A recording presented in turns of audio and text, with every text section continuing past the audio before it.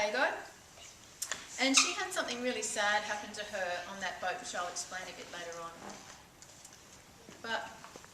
So Emily Jane, she had the toffee shop, and then she also used to help babies to be born. She was a midwife. And then the next character in this one is my grandmother. My grandmother was called Ada, and she was a very fierce, stubborn woman with very strong will. And the story my mum told was, and that Granny told to my mum, was that when Ada was little and she wanted her way, and if her mum said no, she would kick her mum in the shins. That's how strong-willed she was. And she was quite difficult sometimes. She was very bossy. But she was very clever at making clothes. And she used to have an old-fashioned sewing machine. And back in the olden days before there was electricity, instead of plugging your if you have a sewing, ever seen a sewing machine? Yeah. Well, usually you plug them into the electrical socket. Well, this old-fashioned kind, there was a treadle. There was a thing you push with your foot, and that made the wheels go around. And so that's how she used to sew lots of clothes. She sewed all sorts of fancy clothes, and she could go into the shops in town in Brisbane, look at what was in the window of David Jones or Myers, and copy all those clothes and make my mum all these beautiful clothes, just like she'd seen, and she made them her wedding dress. So this is my grandma, who was so good at sewing, but a little bit difficult to be around sometimes. And this is my mum. Luckily for me, my mum was a lovely, cuddly woman who loved to tell me stories, and we used to cuddle up at night. She'd mostly tell me family stories. She told me stories about Emily Jane, and she told me stories about different members of the family, and she also told me stories of my older brother and sister, because they were much older than me, and they were so sensible all the time because they were so grown up. I loved best to hear stories about when they were naughty. It didn't happen often, but there was one time when they did something incredibly silly. And that here is the story of when my brother and sister nearly set fire to the house. Ooh. Oh. That's pretty silly, isn't it? Yes. So this is how it happened. My mum and dad had a shop. They had a news agency, you know, a place where you sell magazines and newspapers and things like that, and cards, and they had little Matchbox toys and things.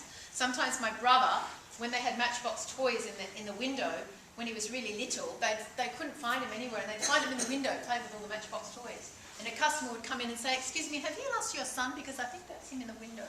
And he'd be going with all the cars.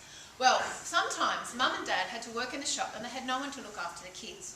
Usually, Grandma would look after them, but this particular day, she was busy, and they had to look after themselves. So Mum and Dad had told them all the rules: don't play with matches, don't do this, don't do that. You ring us if there's any problem. And my sister was old enough to know how to call them if they needed help. She was probably about 6. Anyone here about 6? Okay, well, roughly 6. Okay, hands down. My brother was 4, so as old as maybe the preps. So, it had just happened that my brother had had his birthday party. And their favourite part of the whole party was when they sat around the cake, lit the candles, saying, "Happy birthday to you, happy birthday to you, happy birthday, happy birthday, happy birthday to you." And they loved that part, and they wanted to do that again. Now, they had been told not to play with matches, but they thought, "Oh, we'll be really sensible. It'll be okay." So, they got the candles. I've never figured out how they managed to get the candles to stand up on a little plate, but they did. Somehow they did. They got the candles to stand up on a plate, and they lit them. But I don't know why, instead of doing this on a table, they decided that the best place to play this game would be underneath my father's wingback chair. Now, a wingback chair is one of those kind of sofas, and it has little flaps on the side that you can lean your head on and have a little rest. So Dad would come home from work really tired, and he'd sit like that and go to have a little snooze. And it was only about that far from the ground underneath, and they thought, I guess because it would make it dark, wouldn't it? And then the candles would glow better in the dark. So they said, "Oh, let's put them under there," and then they look really dark and it looks really good. So they lit the candles, they put it under the chair, and they sang, "Happy birthday to you, happy birthday to you, happy birthday, happy birthday, happy birthday to you." Can you blow it out? And they did this again and again until you can probably imagine what happened. They called over. Well, first of all, what happened? What caught fire first, do you think? Chair. The chair caught fire first, you are right. Underneath the chair caught fire. Now, luckily in those olden days, mostly things were made of wool and cotton and natural fibres, and the fire didn't go so fast as it would now with synthetic fibres and plastics. So, the fire started going up the back of the chair, and from the chair, it caught up onto the curtains, and from the curtains it started to go up the wall. And by this time, my sister went, "I better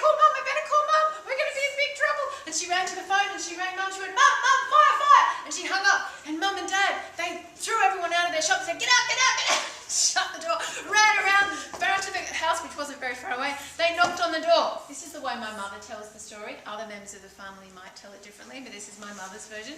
And she'd go, let us in, let us in! And so Lynn opened the door, and in they came, and they threw water on it, and they beat it out with blankets and things like that, maybe sort of woolen blankets so they wouldn't catch fire. They got the fire out. The chair was a bit damaged, the curtains were ruined, and the wall was a bit singed, but the house did not burn down, luckily. But it nearly did. Now, in those olden days, sometimes people spanked their children. And my mum and dad didn't believe in spanking children, even though it was all that long ago when people did. And they really never did it before that or after that. But on that particular occasion, they had such a fright that they thought if they ever do that again, they might not be so lucky next time, that they decided to spank their children right there and then.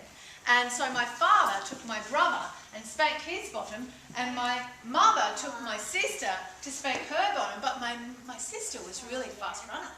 And my sister started running around and around my mother. And this is the way my mother tells it. She says that Lynn was running around like this.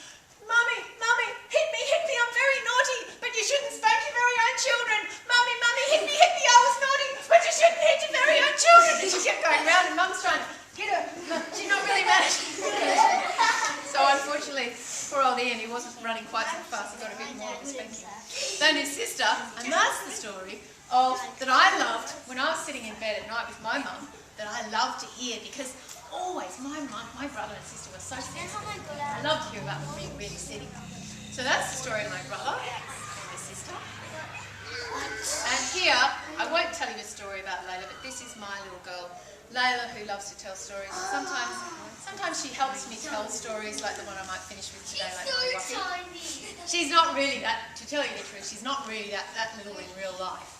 But she's the littlest doll there. So that's the story of 5 women in my family. And if you wanted to, you could use a Baboushka doll.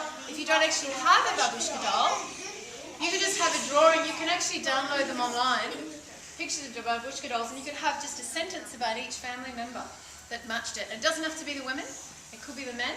Men. So there you go.